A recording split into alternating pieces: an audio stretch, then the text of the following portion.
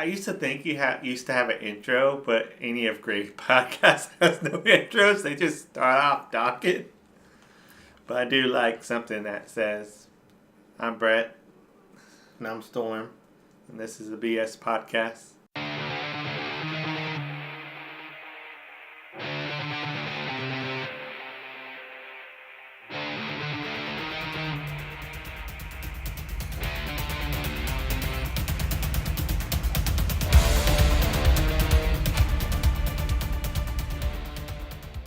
And today's subject will be Goblin Slayer. Hooray! Yeah. It's been causing a lot of feelings, I guess, across the internet. I mean, some people love it, some people hate it. I mean, I like it. I think you like it too, but Yeah. I think if you're a Berserk fan or anybody who's into role-playing games a lot, has a more potential to like it. Yeah, but I understand Then- where the dislike comes from. Yeah. I mean, If you went in there thinking it was a normal isekai anime or a fantasy anime, you did not get what you signed up for, that's for sure. oh yeah, definitely not. But I I mean- really blame Crunchyroll for that. I think people need to really put pressure on. Like, there was no warning from them of what that show was Well- going to serve up. Yeah, there could have been more trailers, but it was rated PG. No, it didn't need to be rated PG. Not in the American audience. They at least need to be a parental warning because of what happens. I think. Look, we're not gonna do. If there's major spoilers, we'll warn people. But I mean, it's the first episode, so when you got rape in a show, you need to let people a little bit of warning. There weren't any warnings in front of Berserk. Well, was there? Yeah, there. Berserk? Look, Now and then, here and there. Look, when you used to go to the stores when anime was just the only way you could get in stores, shows with any like subject matter, hell, just boobs showing would be like parental warning from like the guiding board, and that's because you gotta let people know. And Crunchyroll, yeah, they have it right. I'm not getting that wrong. Yeah, I think they're the ones who are Yeah. pushing it out in the States. They need to know what they're buying. They need to know their product. And when they put things on the shelf digitally nowadays, it's like, hey, you gotta know let people what's up. You know what I 'Cause think? Any server, like, I don't know why Netflix or anybody else does this, but when you go to an adult site, like a doujinshi or any site like that, it's filterable by categories on what people want and don't want. And I don't know why nobody's taken that and added it to, normal show filtering. I know. Like, here's the tags that go with these shows. and like, why does an adult doujinshi site have better filtering on it than a legit TV site? Yeah, they try to do that all back in for you, and that is weird. But Mhm. my thing is just like, even if they had just the parental warning, people who know they are triggered by stuff or troubled by things, they wouldn't have went, oh, this has a warning. What is this? They could look up, hey, why is there parental warning on Goblin Slayer? I'm sure there would have been a text post saying, hey, there's rape in here. I mean, it's very short, and for the story, it does drive it. It's not rape for the sake of rape's sake or for titillation. It's quite horrible, as it is. Yeah. So, I mean, I'm just saying, I'm not blaming Goblin Slayer, because it's telling a very good story, even with those rough elements in it, and the rest of the show has nothing that extreme in it. But I think they are front loading, saying, hey, if you can't take this, you don't need to be on this ride with us. So I'm interested to see going forward, what else are they going to bring us? Yeah. I'm pretty sure the worst of it hasn't gotten to us yet. I would agree, yeah, if that's what they're going to kind of show off in the first episode, what more is there? I'm sure it's going to get really brutal. But let's get to the good part, and the part we do know, and the part nobody's talking about. How Goblin Slayer relates to RPG elements. And I'm not talking like new school, well, a little bit of new school RPG elements. It's gotten a lot popular, but old school D&D. We're taking tabletop. 3.5. Tabletop, yeah. Yeah, tabletop role-playing Because games. we're not in an isekai. Isekai requires somebody to be moved to a different world, or die and move to a different world, or a portal open and them go to a world. Point is, nobody from our world's there. Everybody's in that world, in that fantasy world, lives there. They live there. It's a very D&D type world. I mean, I hope everybody listening to this is pretty familiar. If not, I mean, you gotta at least know the name D&D. Dungeons and Dragons, you roll dice, and you can see that in the intros and in different parts of the show. Some dice will be rolled, and there are beloved dice that we use in the majority of our tabletop RPGs, and I think that world is very influenced by that, and it's super great to see that. Yeah, and if you talk to old Dungeon Masters or old D&D players, they had no problem at all killing off level 1 players at all. Oh yeah, it was definitely more brutal in the sense of like, oh, you did a little something wrong and you're just gonna die now. Yeah, I think part of the factor into that is in old school D&D, if you would start with a new player and you get put into a group of people slightly higher level than you, and they'd be going on stuff where you weren't ready for, and you making a mistake there would kill you. So, and there were a lot more insta-death traps too in old school D&D. Yeah, and the health pool was just overall Lower. Yeah. And sorry for the beeping. I should probably mute my phone for this. Yeah. But, I mean, we'll figure it out.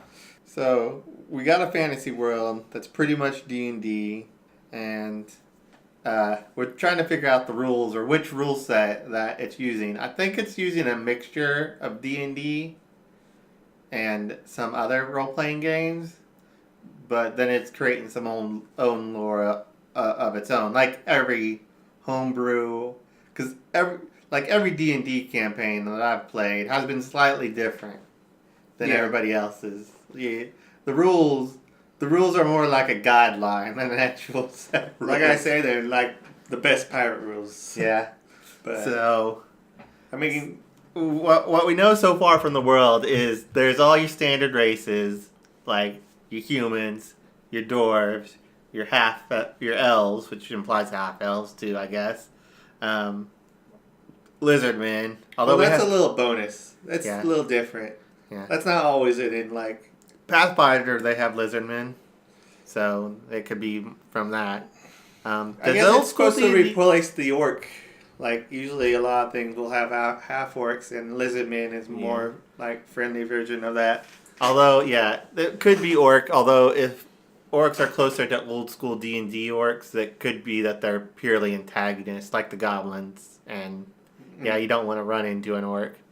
And that's another thing is like being goblins are just straight up antagonists. This is definitely one of the hints that it's older D&D, because goblins have gone to like these frightful little monsters that are just like horrible to deal with, and there's no reason, you just kind of chop through them in a campaign, to now one of the most popular podcast main characters is a goblin. Yeah. So, I mean... So goblins have changed in D&D. And they've always changed throughout time. Like, they're one of the most versatile, like, historic, like, of legend. There's different goblins from different cultures, so that's why I think you get a lot of overlay of, like, different type of goblins from, specific eras or specific locations. But yeah, so I think, it's definitely D&D based. In fact, in the manga, when she signs up to be a priestess in the guild, it is a D&D character sheet. We don't see that in the anime. No, they change it a little bit. They change it, but in the manga, it's definitely a D&D character sheet. Wizards of the Coast, I mean, D&D character sheet, like the whole... Which is a nice nod. He has to draw it out. The guy just describes her in the novel, just like her filling out the paperwork. But it's a nice nod to its D&D roots that in the manga. Man, I hope Wizard of the Coast doesn't get too happy. They kind of can get kind of crazy on stuff. Yeah, they can, but I think it's little enough, because it only shows part of the page anyway, and it's kind of badly drawn. Not badly drawn, but low resolution drawn. Yeah, so, it's just like, since it's a piece of paper, it's Yeah. just very quickly yeah. manga style, just like the shape of all the boxes. Mhm. It's not so detailed. So you could make the argument that it's not exactly theirs, so you could kind of get out of the lawsuit that way. But yeah, I think it's been too long too, because don't you only have like a year or so to sue No, somebody because over? I would say that the version that's drawn is a very modern D&D character sheet. It's not even an older D&D character sheet. But yeah, But if I think if you're gonna look at this like a D&D world, I mean, clearly you gotta look at these classes not like video game classes, but like D&D classes, which there's a lot of overlap. yeah. But there's some details, like our I guess titular character, that's the word to use, is Goblin Slayer.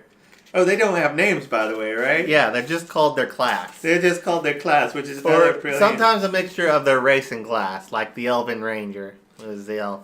So they're either called just their class, or they're called their race and their class. Why do you think that is, though? Like in the Anime Man had an interview with the author, which is really good. So if you haven't seen it, I definitely say go see it. The interview with him is good.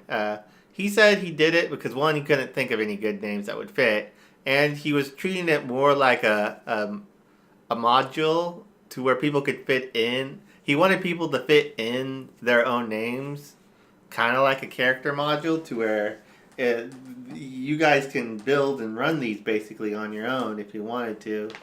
So I think that's why So it comes from his experience of like a DM. He's just there, blank slates for a character. It's like, oh, I'll take this build. Like, I'll be the Goblin Slayer. He shall be named Jeffrey, because I'm also bad at coming up with names. Yeah. So I think it's that. I think, and you think, well, you can't do a story that way.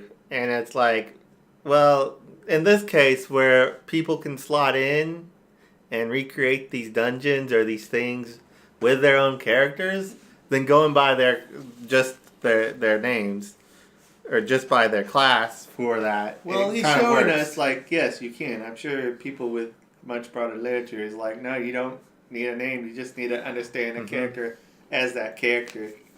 Kind of like, I don't know.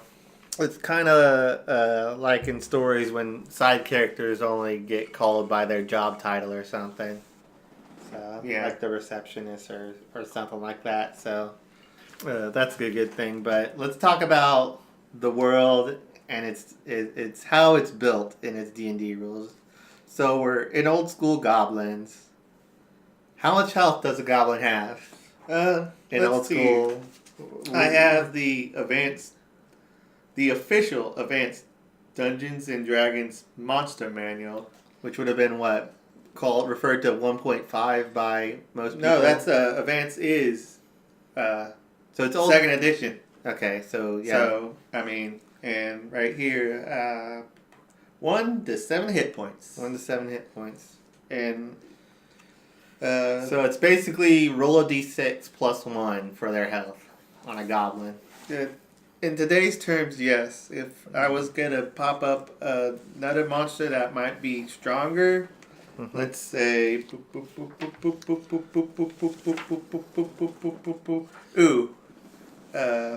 an orc. Oh yeah, because there's in that first dungeon there is an orc, isn't there? That's an orc that he fights, because there's a goblin shaman and an orc, or not an orc. It's a hobgoblin. Hobgoblin. It is a hobgoblin. Oh man, go to hobgoblins. Now you're gonna make me switch through this. All right. While you're looking up, so 1 to 7 health isn't too bit high. That is your first level monsters. Here's an example. Like, let's say you fight another classic, a stone golem, something that's, a little more tedious to fight. It would have something like 60 health points, and that's a lot of health points compared to the goblin, but to today's standards, that's like not that high, really. Yeah. You're looking at I think old school D&D, everything was definitely had a lot less health, both the mobs and the people. So, yeah. But yeah, something like a hobgoblin would have a hit. Its hit dice would be 1+1, which I don't even know what that means. Oh, I know. In old school D&D, it basically meant that would basically be 2 hit dice worth of health, +1 on each. So it'd be anywhere from 6, 12. I think it's anywhere from 14. It could be up to 14 on them. So it's twice as strong, but its stats, it's not impossible. Here's the thing. The thing is that party technically didn't need to die. They just made every wrong choice that they could have made. as a party, yes. As a party. Like, As a party. So, I think it's mentioned by the priestess. One, just because they think they have a cleric, they don't think they need any additional healing and anything else. Because we've seen this too. We think we have a cleric, we'll be fine. And that's like a mentality that, like, get you in trouble. Get you in trouble real fast. Because what if your cleric is down? What if you're separated from your cleric? What if your cleric's spell uses, which she only had 3, and there's 4 of them. And so any long-term battle or combat makes her useless. And it takes quite a while for her to get off her spells, too. So they said they had no money, but I think they spent more money on better equipment at the beginning than they did on anything else. They bought a nice longsword, they bought good armor, and they're like, we've got good armor, I've got me a good weapon, I don't need anything else because I've got a cleric, which will get you in trouble very fast, and we see that it does. And in fact, because they don't heal does not cure. I haven't figured out, because there is no equivalent to the goblin's sickness or disease that they put on their daggers. It could be a disease, it could be poison. I think it's a standard poison, because as the diseases in D&D act a little slower. This acts more like a poison. yeah, for sure, but a cure spell does not take away poison. So, unless it's a cure poison spell, like it's a separate spell. Or even if it was a disease, you'd have a separate cure disease spell for that as well. Yeah, so because nobody has anything to deal with poison, that other person died too, because the poison was in there long enough to.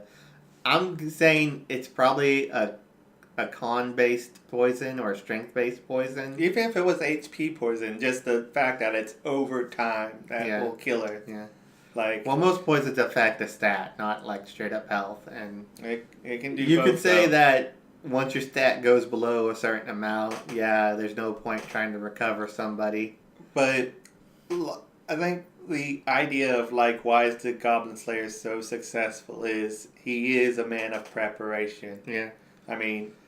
That's why he's able to take on so many goblins. It's just because he is prepared and he is knowledgeable of how they act.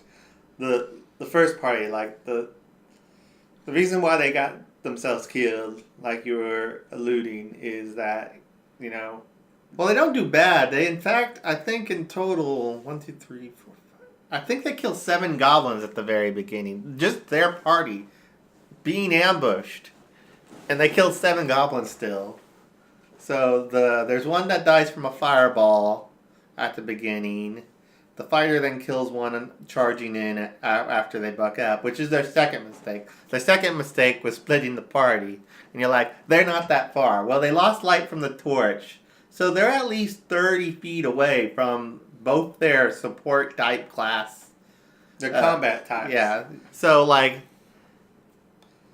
of course, if the mage and the druid get flanked, they're screwed because they don't have any backup weapons or anything, really. Could they hit with their staffs? Yes, but like most clerics and wizards, they're probably not very good at it. You called her a druid earlier. You think she's a druid? No, you're right. She is a wizard, isn't she? She's a cleric at least. Definitely in a weaker cleric than I normally play, but that's just how... For the priestess, The closest class I could find to her is actually a cleric with the subclass in Pathfinder of Foundations of Faith, because she doesn't get channel energies. That's one thing that doesn't work. Goblin Slayer doesn't have that Pathfinder and D&D have, is clerics have At least channel the modern energy. versions. Yeah, so Like older version, I don't know. It's very reading through old edition D&D is like working the gears because they have definitely improved the writing so like and explaining of classes. so if you take away channel energy, which is basically the bread and butter of a cleric, you're down to your spells, and even let's see here. You can normally cast your spells a number of times. Let's see here.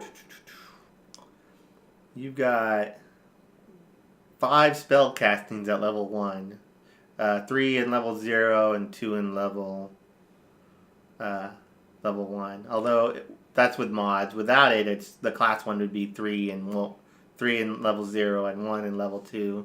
So I mean that's a lot of numbers there, but it's still like that's more than what is shown she has in the show. Yeah, so like her spells,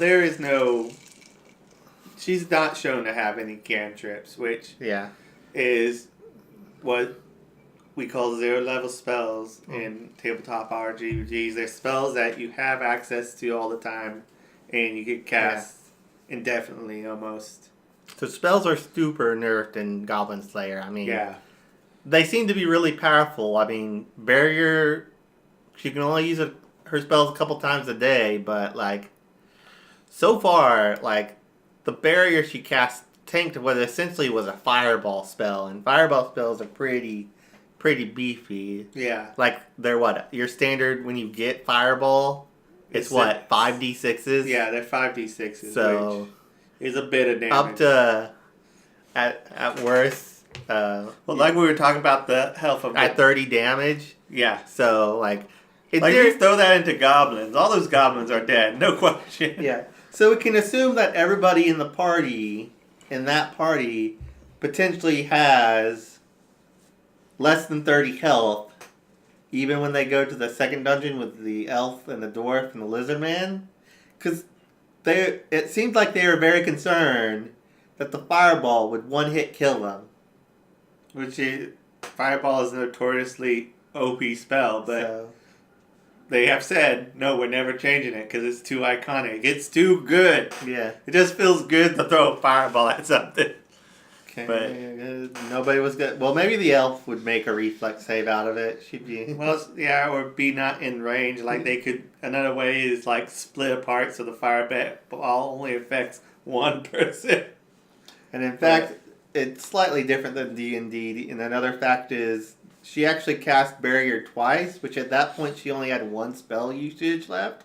She just pushed herself further in order to cast another spell, which made her weak and faint, or almost faint, which is what it was showing there, because it even said she only had so many 2 spell usage, but then she casts... It's either her or the dwarf. They both cast a silent and sleep spell. Sleep spell, so I'm not sure which was from which, but so that's what she's down to 1. She cast Barrier. It was not working enough, so she cast Barrier again. So that's actually up to 4 she can push herself to.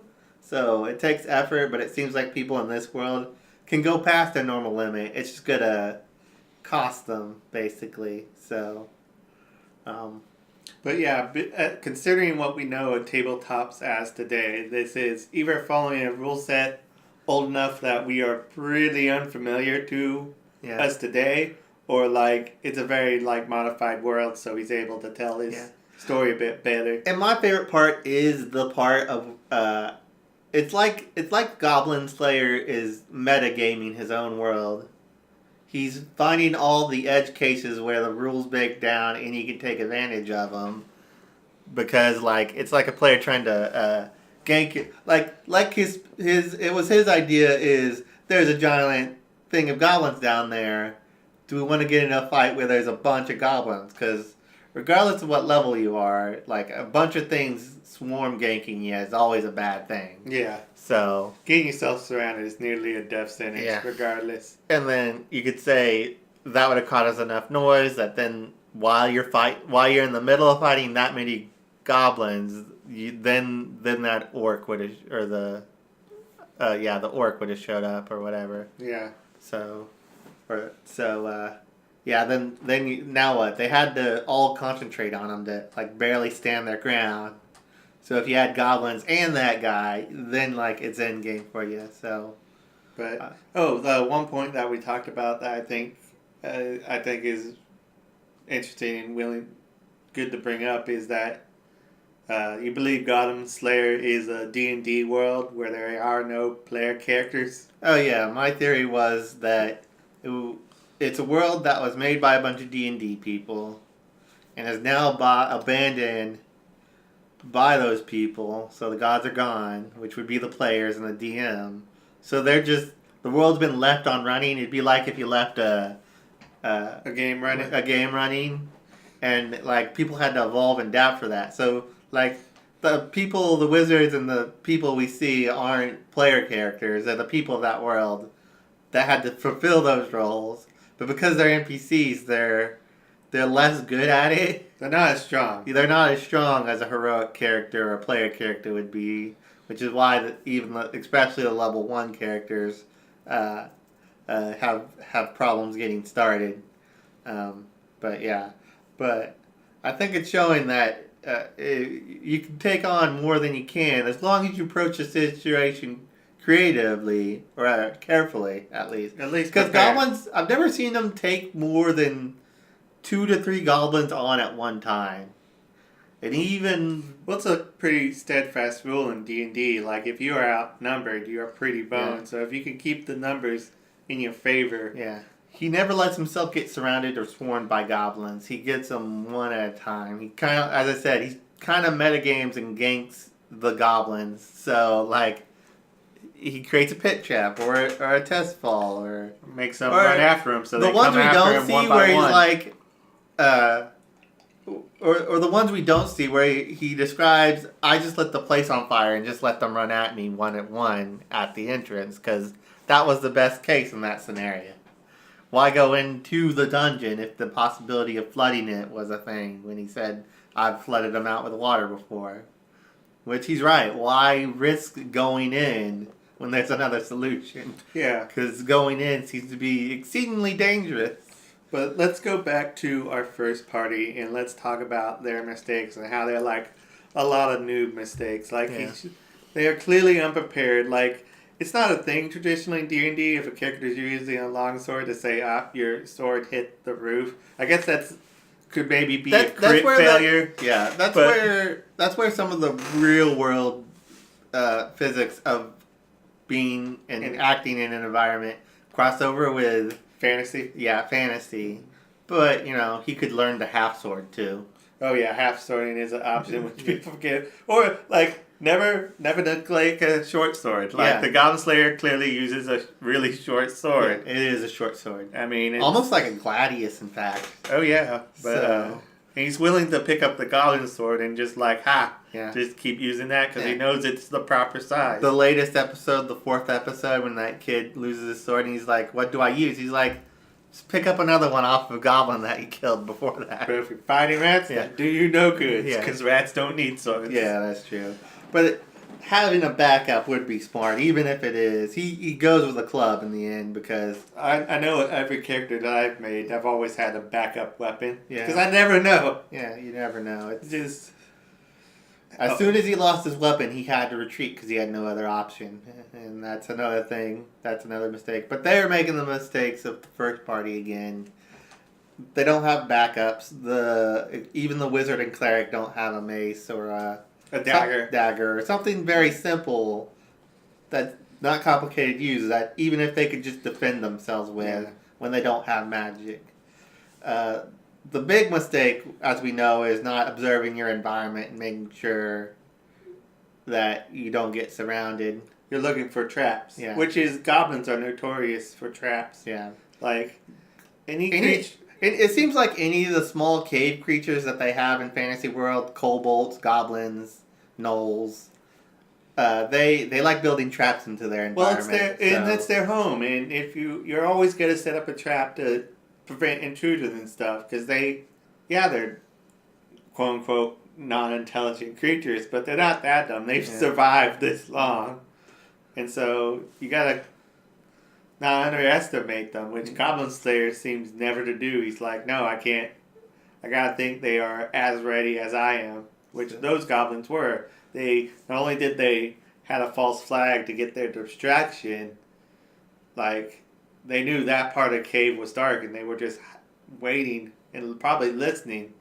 So yeah, and then they step away from their other party, which, as I said, in very rare cases, it's okay to split the party, but generally in low-level parties, no. Especially if the other two were casters. yeah, Had the monk and the fighter been split, it might have been okay for a little bit because the one person can buy some time, but the two casters, no.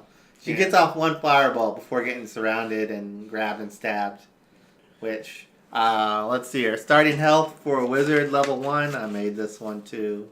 6 hit points. 6 hit points. 6 hit points is all you got on before you're down. So I think a standard sword is what 1. Well, D6. Well, it's a small sword for a goblin, so it's 1d4. Yeah, 1d4 plus strength, which might be 1 in the Goblin Slayer. But it could be as high as 2 for a strong goblin. But let's just go with 1. Yeah. Hell, let's go with 0. Yeah. That's 1 dice. You're at least down half your health, but then you got what on top of it? Poison. So now your health is taken away with the poison. So the goblins know they don't need to hit you more than once. Yeah. Without an antidote, you're gonna die. In fact, the goblins, besides holding it down, don't stab her again. The only person they stab multiple times is the fighter. Yeah. Which starts off with, well, if you get your con high enough, you start with 10 plus whatever your con is, which for a balanced based fighter like we built in here, same with the monk's got 11, so she's got a little bit more, but the fighter's got 12, so it could take up 3 to 4 hits to take down a fighter for goblins, which we see him just bang on him until he stops moving because he and the monk are probably the most threatening things to them. And they see he's the most threatening because he has a bigger sword and he's got armor. Yeah. Like the goblins know who are the threats. Yeah. Like, they really don't attack the priestess. Like when she's just saying. They leave her. Yeah. They leave her alone because she's not a threat immediately. The person who threw a fireball at him was an immediate threat, so they stabbed her first. By then, the fighter ran back and charged and killed goblins. Which, by the way, if they're far enough for a torch, they are 30 feet away, so it takes them one whole turn to get there. Yeah. And then, caves are tricky, so the corridor's tight. He's fighting multiple goblins. Yeah. Bad news. You're 2 to... He doesn't even let the monk... He doesn't decide to fight more carefully and defensively and tells the monk to guard the other 2, which seems reasonable. No, it's not reasonable. But it's not because you have multiple goblins in one person and dropping goblins as fast as possible before more show up, which shortly after that, more do. Yeah, with a hobgoblin. With a hobgoblin. So after he crit fails and loses his sword, yeah, he just gets demolished because he has no other option to, and he let himself. He doesn't even need a crit fail. If you're being like super realistic, like you could roll percentage dice and be like, nope, your swing doesn't hit the walls or the ceiling because you're using a long sword in a small corridor. Yeah, like there's several ways to do that. Mm-hmm. You could say, hey, you're gonna take a -2 to your swings because you got the improper weapon for this environment. Like. There's several ways to do that. I don't know if there's an official way to do that, but you could make one up. You could make one up easily. Or it's just you're waiting for a natural one, and since he's fighting like multiple goblins, not good. Yeah. And So after he crit fails and dies, the monk, I think she kills 3 more goblins before running into the hobgoblin and dying. yeah, Which I guess. no, not dying. Worse. Yeah. Oh, yeah. Worse. Okay. I'm sorry. I'm used to D&D where it's like, well, this character's dead. Let's move on. And oh yeah, and as far as tactics of what they could have done, like while the fighter was fighting, the monk and the cleric could have ran, but they just stand there. Yeah. Because, like you said, the monk could have like maybe could have A, ran with them, or B, helped them fight so they clear more goblins before more come up and maybe all run together. Yeah. But it's just, yeah. They make the decision to implicitly to stay, and that also screws them over. So Yeah. until the monk runs into the hobgoblin and it loses by getting thrown against the wall. I'm not sure what you'd call that damage, but yeah. It's That's a bashing lot. damage. Bashing And it's as a charge, so it's pretty much. I think it's like falling. It's just add a d6 to that. Yeah. So Um, and so she's incapacitated and then raped because that's what goblins do. well, in this universe, that's another thing. Is even in the Advanced Dungeons and Dragons, there are female goblins. Yeah. Like it describes like it's really weird when you read the Advanced Dungeons and Dragons Monster Manual because it describes them of like you can find them in like groups of like 10 to like 200 because it assumes you're gonna build a world where you can run into 200 goblins. Yeah. And I think it says like 30 to 40% of them will be female and children. Like it wants you to build the whole shebang. Yeah, that's an old school D&D thing too, of building out more fleshed out worlds, which we're getting more world knowledge, but yeah, next mistake. So the monk goes down, and we finally get the decision to book it. Yeah. So, which is About 4 turns too late. yeah, about 4 turns too late. So she's carrying the wizard, but she doesn't know it's too late for her anyway. But she is nice, so she drags her with her. Which And then it's actually like, we don't know how much time passed, but it doesn't seem very much. So maybe like 4 or 5 turns down the corridor, but sure she takes. But the goblins, as we established, don't see her a threat because they clearly just walk behind her and arrow her to be like, Yeah. oh, that stops her. Yeah. Now we're just gonna walk up to her and like take our secondary prizes. Which she doesn't have any armor because she's a cleric, she thinks. So her AC is a 10, which is very easy. So a small bow is another D4 or D6? Yeah, I think it's D4. It's D6 for medium creatures. Goblins are small. It'd go down one. It's a D4. Yeah. So But even realistically, like and again, an arrow's an arrow. It's Yeah. gonna hurt Yeah. if it comes it's into gonna you. stop you. So I don't know if chainmail would stop it, but it's better than nothing. I thought chainmail was 4 arrows. It's really the crossbow that fucked up a lot of armors. Yeah. Like, till then, like, at least having some kind of armor, like, it's still short and dark if it injured you, but at least it would attempt to slow the arrow down and maybe not cause you to die. And that's what you were banking on, really. Another common early mistake she's making: no armor. Unless you're literally a monk class or a druid class that can't wear armor. Because of your abilities. Yeah. Like the monk, we know why she's not armor. She's got to be able to move and flex. They're dex fighters, so they don't wear armor. But in exchange, she does a kick that like hits 3 goblins at once, I think, or something. But the thing is like, are clerics traditionally wearing armor? Maybe you're fighter clerics, but she's more like a priestess. They typically don't wear armor because they're priestess. But he's like, that doesn't matter. You need some level of protection, and any advantage you can get will help. So do it.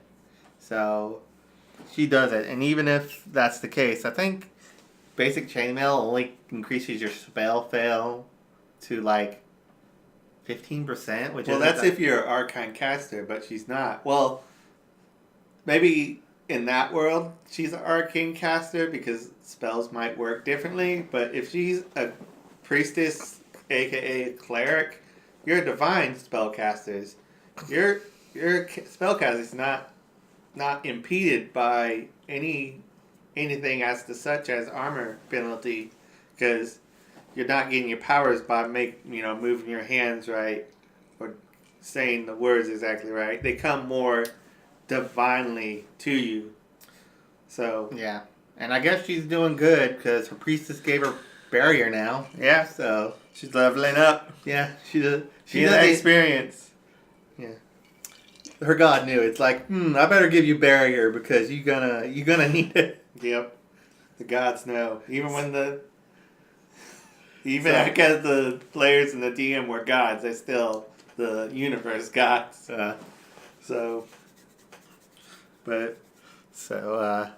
Yeah, so she takes an arrow and she goes down, and then we get Goblin Slayer entering, like Doomslayer. So Now, what level did you think Goblin Slayer's at? Well, Even as an NPC class. that's tricky because there's only 10 ranks in their scale, and he's a silver, which is basically 8.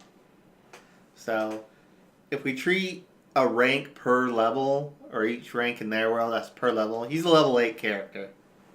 Which, after looking at it, yeah, that would give him enough abilities and things that you could spread around to do what he does.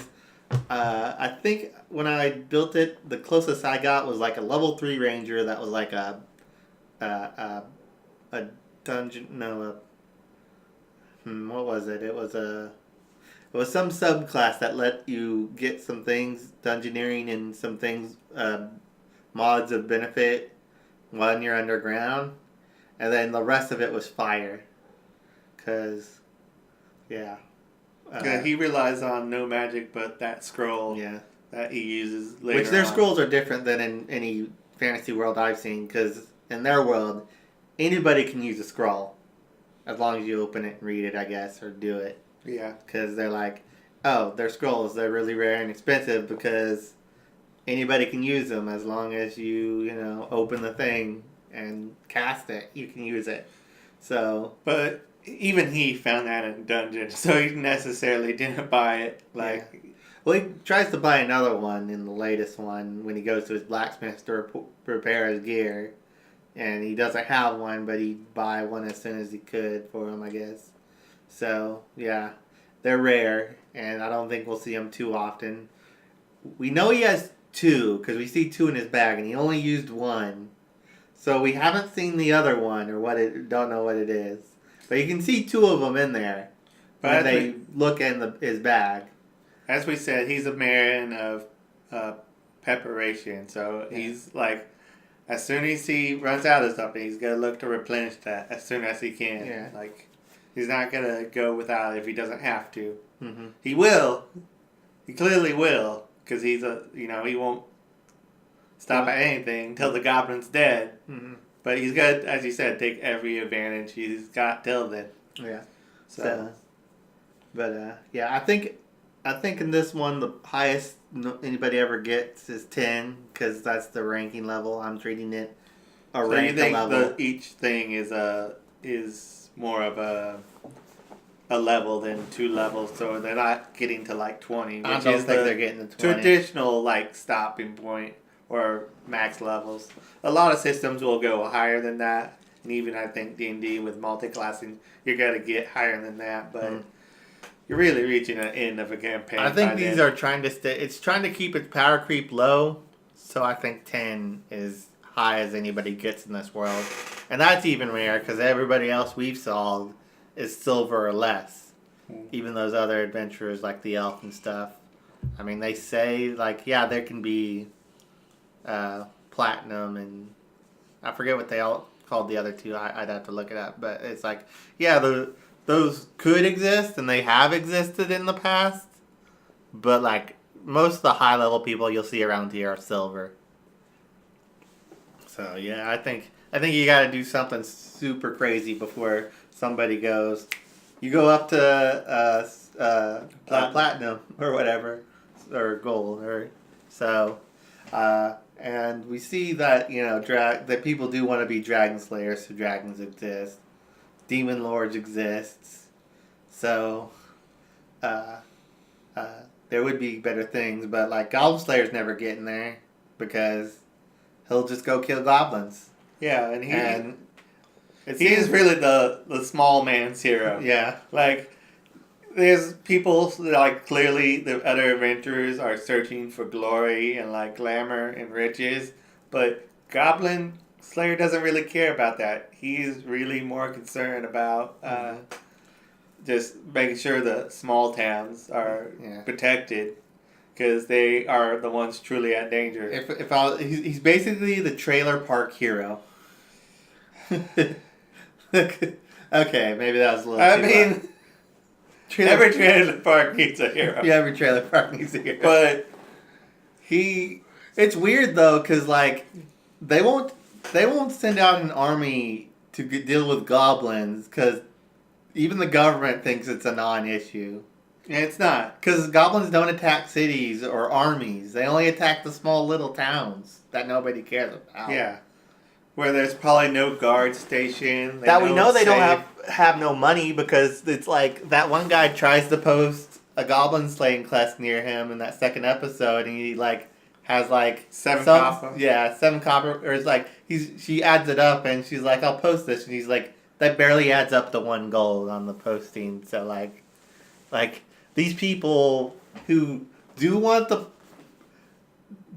goblin problem taken care of by adventurers. Well, they need it. Like, they need it. They're monsters. But then, like, as much they can only get as much money as basically 1 gold, because these are poor people. Nobody cares about them. Yeah. And yet they're feeding everybody. Yeah. Because they're probably the farmers. Yeah, they're the farmers. They're the farmers that are ranchers. Making that sweet, sweet cheese. Sweet cheese. Yeah. That probably is good cheese. It's like the army doesn't go sent out to go patrol the borders to make sure, okay, the goblin problem's taken care of for now. We can go do other army stuff. They don't even bother with it. They're like, just send adventurers at it. And sometimes adventurers are successful and sometimes they're not. I mean, the second episode, Goblin Slayer doesn't purposely try to go after parties and save them. She was really lucky that happened to her. But that other party that she was concerned about, they came back. They looked a little rough for wear, but they were successful and came back. Yeah. It's why that, I mean, maybe it was our desk girl, which I'm starting to love our desk girl more and more. Yeah, desk girl. She even that first party goes, hey, you might want to wait for a more experienced adventurer, because maybe that posting had more details where they're like, no, there's a lot. Like, this is actually dangerous. You want someone more professional to take care of it. Maybe that other one wasn't weak. Or, like you said, you don't know if a party's going to come back or not, especially the early ones, because it happens all the time. Yeah. They leave and they come back, or they leave and never come back, and it's just really... But Goblin Slayer won't go out of his way. He's like, okay, those parties are carrying that one. Which, on that day, he went to that cave. That must have been the only other goblin thing. Or I think the front desk person maybe even egged him on. It's like, look, they left. They don't know what they're getting into. Yeah. And he's like, okay. Yeah. So it could have been that. It could have been the desk lady sending them after him. Or, as I said, I think the other option is it's the only goblin posting. So he's going to go there. So even if they do to make sure the job's done. Yeah. And done right. Yeah. Did they kill all the goblins? Did they let any get away? Yeah. Because he would have been like, oh, you let one run off? Like, I gotta go find that one. Thanks for not doing your job. Yeah.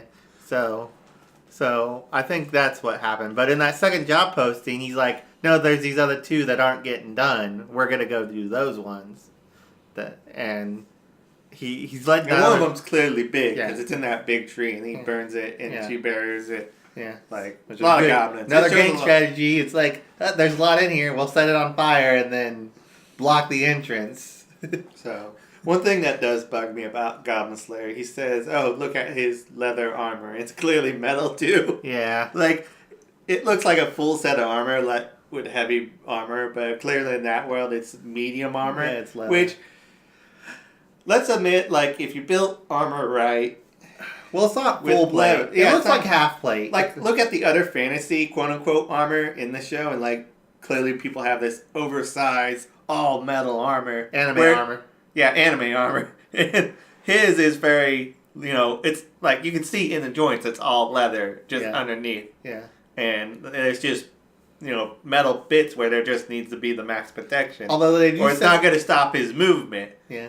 So. They do say it's chainmail underneath, too, at one point. So it's chainmail, leather, and then in some parts, vital organs, the breastplate, the shoulders, the helmet. Mm-hmm.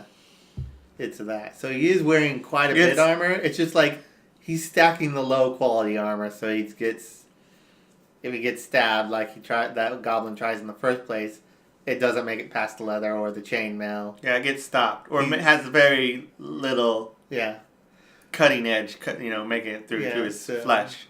So would it work? Does it work for high blunt damage? No, because he gets hit by that ogre and it sends him against the pillar, and he's almost KO'd by that, and he has to take a health and stamina potion. Yeah. So he's not invincible.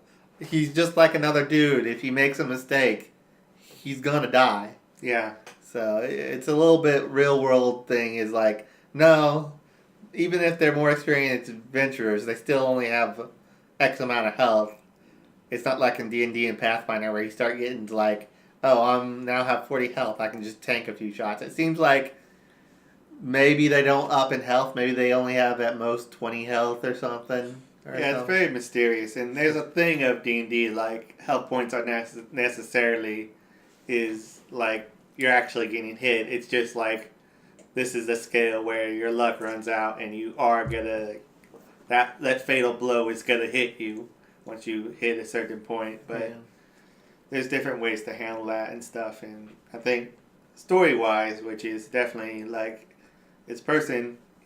There's a lot of bleeding love for tabletop RPGs, he's playing with, but there's still, like, he's making sure the story is there. So I'm very interested to see where it goes. So, I think we should do recommendations, which I recommend this show if you're a fan of Berserk, now and then here and there, tabletop RPGs, and then I'm going to rate this...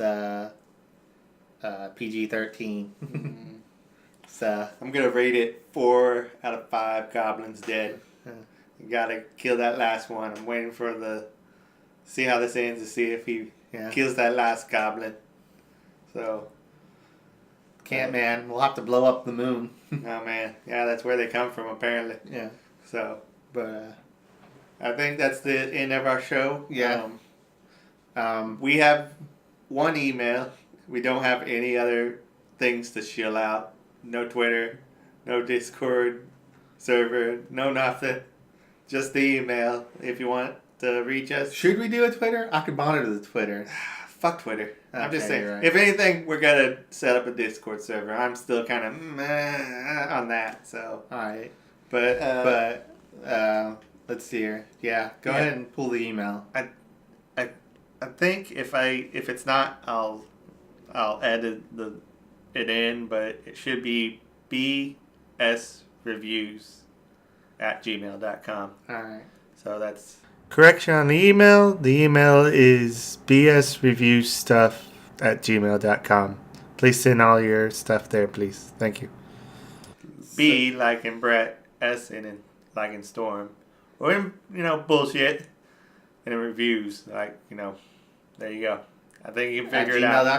At gmail.com. Alright. So drop us an email if you have any questions or there's any topics you want us to review. Or you want to make any corrections. I mean, we're not going to be correct. Or your own opinion. Yeah, or some comments. So just email those in. I think what's our next subject, Rat? We should probably review our next subject. Review our next subject? Let me pop up. What were we going to do first before we decided this? Oh, I think we were going to talk about Psychopath. Psychopaths? Psychopaths, yeah. We're going to go back a couple seasons, and I think we're always not going to review new shows. Sometimes we're going to review old shows or just give some thoughts. You want to review Cardcaptor Sakura at one point, I think. Yeah, but I need a lot more time to prep for that because it's like, I don't know. I just want to do it justice. All right. But it's just fun to talk about, too. Well, that's your bag. You're more into the magic of girls. So. They are the best.